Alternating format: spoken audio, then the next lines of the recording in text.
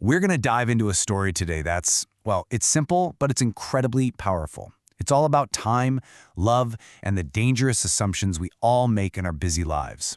And honestly, I have a feeling this story about a man named Raghav might hit a little close to home for a lot of us. Yeah, this quote, it just cuts right to the heart of the whole thing, doesn't it? It's this idea that so many of us fall into, right? That tomorrow is a guarantee. Raghav was banking on a future that wasn't promised, and in the process, he was missing out on the one thing he could control, right now. So let's start with this first section, a promise of tomorrow. It's all about how that comfortable daily grind and that easy assumption that there's always more time can actually become a real danger to the relationships that matter most. And you know what's so striking about Raghav's life is just how normal it sounds. This was his world. Meetings, deadlines, a life that was always in motion. His career wasn't just a job, it was everything. It set the entire rhythm of his life, and it just demanded all of his focus. And here's the kicker. The real consequence of all that busyness later became his solution for everything that wasn't on his calendar. Calling his mom, visiting home, those were all things for later. He didn't see that later isn't a savings account. It's a bet. And it's a bet you can lose. Okay, so now let's flip the coin. Let's look at this from his mother's side. This section is called The Weight of Silence, and it's about a kind of distance that has nothing to do with miles on a map, but everything to do with the growing quiet between messages. I mean, it used to start so simply, so beautifully, with this message. This was the ritual, the connection. It was more than just words. It was that little ping that let her know, hey, I'm thinking of you. It made her feel close to him. But then, you know how it is. Life happens, the job gets bigger, the responsibilities pile up, and those full sentences turned into quick phrases. That warmth, it just started to thin out, you know? The connection is still there, but it was getting stretched. And from there, it just got rarer. Days would go by, the routine was broken, and with each passing day, that silence just built up, like another brick in the wall between them. Until, finally, there was nothing, just silence. And you have to see this. For Raghav, this was just a side effect of being busy, but for his mother, this silence became her new reality. It was the only thing she could hear. But in that quiet, she created her own little rituals of hope.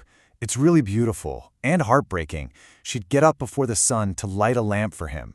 She'd look at her phone, see no message, and tell herself that his silence just meant he was succeeding.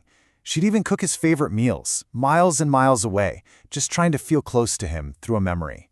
It just paints such a powerful picture of a mother's unending, patient love. Okay, this brings us to the absolute turning point of the story. One single night. Two completely different worlds happening at the exact same time. A loud celebration of success, smashing up against a quiet vigil of hope. Wow, this slide just lays it all out, doesn't it?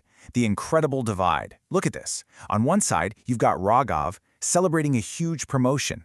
It's loud, there's laughter, glowing screens everywhere. He's so caught up, he doesn't even notice a vibration in his pocket. On the other side, at that exact same moment, you have his mother. She's in the middle of a heavy storm, the power's out, she's sitting in the dark, holding a silent phone, just whispering his name. Two separate worlds happening at the same time. And the one chance for them to connect, it just slipped right by, completely missed. And that's the thing about moments like that, isn't it? Once they're gone for good. This next part is about the aftermath, the moment of reckoning that starts with one single world-shattering phone call. So the call that he was always too busy to make, it finally came. But the voice on the other end, it wasn't hers. It was a stranger. Calm, careful. And the instructions, don't rush, sit down first. I mean, we all know what those words mean, right? They're the words people use right before they break your world apart. The words no one is ever ready to hear. So when Raghav finally gets home, this is the scene that greets him, and every detail is just a punch to the gut. The lamp she lit for him was still burning by the window. The food she'd cooked was sitting there, untouched. Her phone was on the table, fully charged, ready for a call that never came. And his mother, she was just gone, lying there peacefully. And then he finds this note. I know you were busy becoming someone great. I was already proud. Just think about that. She wasn't waiting for some big promotion to be proud. In her eyes, he was already everything. Her pride had nothing to do with his success, and he was too busy to see it. So that brings us to the final part of this story, and it's all about the lesson. But it's a lesson that came at the highest possible price, a lifetime of regret. And the way this story talks about regret is just so perfect. It's not some loud, dramatic explosion. It's this quiet weight that just settles into your bones and becomes a part of you. And that's what Raghav is left with. From that moment on, his whole world is different. That phone, the very thing that was the engine of his career, it becomes this instrument of torture. It feels heavier now, with the weight of everything he didn't say. Its silence is deafening, and it just feels so empty without her name popping up on the screen. But through all that pain, something did change. He actually transformed. He had to unlearn his old habits, that constant state of busy. He learned what it really means to be present, to actually listen to someone without already planning what you're going to say next. And most importantly, to say I love you now before the chance is just gone. And that right there is the entire point of this story. It's the whole lesson, boiled down. It's not telling you to quit your job, it's just screaming at us to love now. Because later, well, later is just a hope, not a promise. And sometimes, life just can't keep it. So, that leaves us with one last thought. And it's not for Raghav anymore, it's for you. It's for me.